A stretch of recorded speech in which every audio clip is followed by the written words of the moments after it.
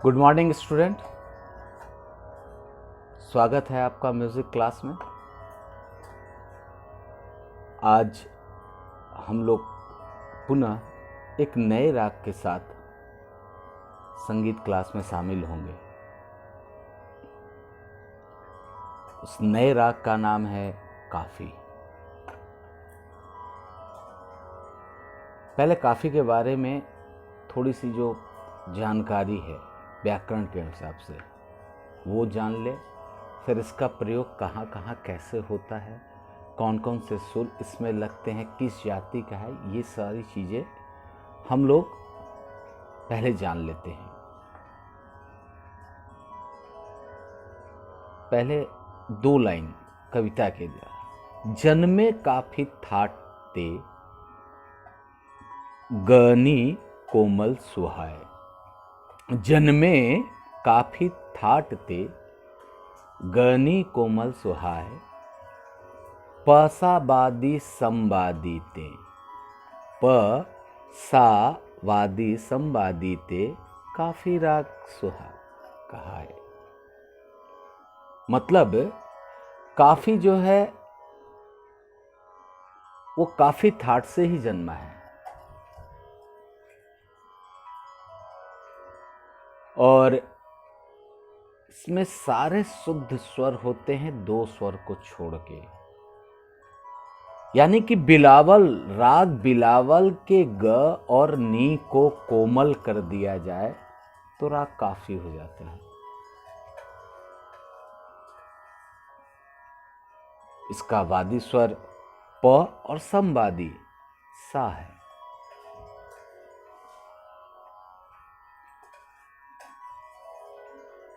और कहते हैं कि इस राग में सबसे ज्यादा होली, वैसे ब्रज भाषा में होली को होरी कहते हैं, गाया जाता है। और इसमें गांधार और निषाद कोमल लगते हैं। गांधार मतलब ग और निषाद नी कोमल होते हैं, बाकी सारे स्वर शुद्ध होते हैं। इसका वादी स्वर जो है वो प संवादी सा है, ये तो बता ही चुका हूं। इसके आरोह अवरोह में सभी स्वरों का प्रयोग होता है, यानी कि ये इसकी जाति जो है वो संपूर्ण जाति का है। यानी आरोह में भी 7 स्वर, अवरोह में भी 7 स्वर का प्रयोग होता है। इसका जो गायन समय है, वैसे इसको लोग कभी भी गाते हैं क्योंकि थोड़ा ये चंचल प्रकृति का राग है। खूबसूरती के लिए जैसा वर्ण मतलब जो लिरिक्स है उसके हिसाब से इसमें लोग सभी स्वरों का प्रयोग कर लेते हैं। यानी कोमल ग है तो कभी कभी खूबसूरती के हिसाब से इसमें ग, शुद्ध ग भी, शुद्ध नी, मतलब वो वर्ण क्या कहता है उसके हिसाब से, उसके श्रृंगार के हिसाब से स्वरों का प्रयोग इसमें किया जाता है। लेकिन ज्यादातर विद्वान लोग इस राग में होली गाते हैं।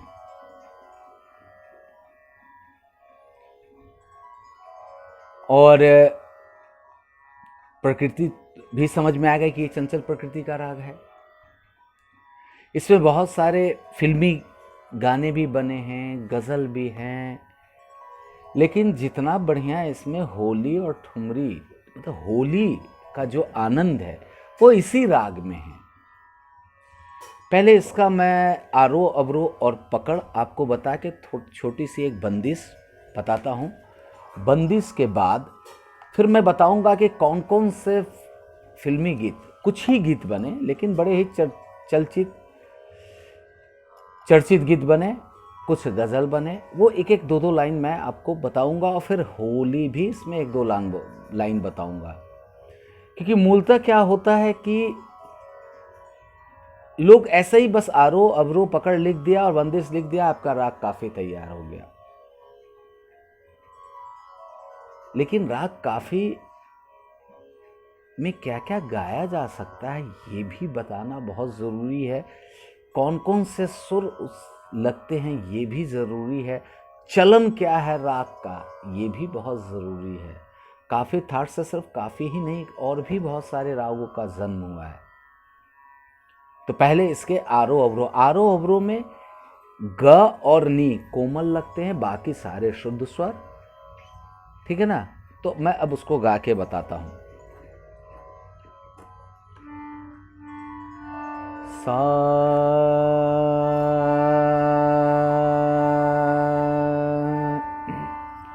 सा रे ग मा पा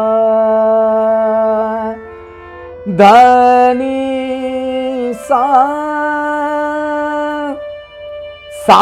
ने दा पा मा ग रे सा आकार में हा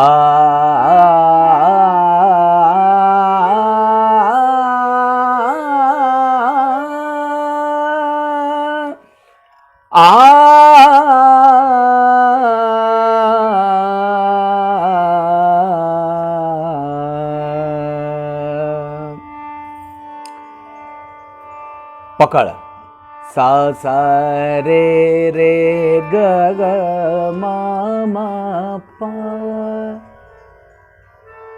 बहुत ही खूबसूरती इसमें सा सा रे ग ग मा मा पा, यही खूबसूरती है इस राग की।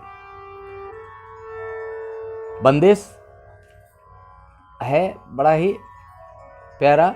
मुंह से करत रार बनवारी तिहारी, माई समझत कान्हा मोहे निपट अनाड़ी। बंदिश का जो अस्थाई है, मुंह से करत रार बनवारी तिहारी, माई समझत कान्हा मोहे निपट अनाड़ी। ये अस्थाई अंतरा यमुना के तट पर छेड़त तेरो कान्हा, तकी तकी मारत रंग पिचकारी। अब इसको गाते हैं। मोसे करत रार बनवारी तिहारी, मोसे करत रार बनवारी तिहारी, माई सम जत कान्हा मोहे निपट अनारी, मोसे करत रार बनवारी तिहारी, मोसे करत रार बनवारी तिहारी। यमुना के तट पर छेड़त तेरो कान्हा, यमुना के तट पर छेड़त तेरो कान्हा, ताकि ताकि मारत रंग पिचकारी, मुझसे करत रार बनवारी तिहारी, मुझसे करत रार बनवा। ऐसे बंदिश इसमें सरगम तान वो भी है आरोह अवरोह के हिसाब से। अब एक दो प्रकार जैसे होली के होते हैं। होरी खेलत नंद कुमार, होली खेलत नंद कुमार। तो ये छोटा छोटा अंग मैं आपको बता रहा हूं कि बस होली का मतलब है कि पीलू, पीलू में थोड़ा जो राग पीलू में भी होली लोग गाते हैं, लेकिन वो जो होली है और ये होली, इसमें मान मनोबल मतलब बड़ा नज़ाकत वाली होली है, और उसमें जो होता थोड़ा सा प्रेशर यानी कि धम्मार वाली यानी जोश वाली होली होती है। ठीक है ना। होली में दोनों में ही गाया जाता है। और देखिए अब इसमें कौन कौन से चलचित्र के गाने गए हैं। पहले तो एक बड़ा फेमस गजल हुआ गुलाम अली खान साहब का,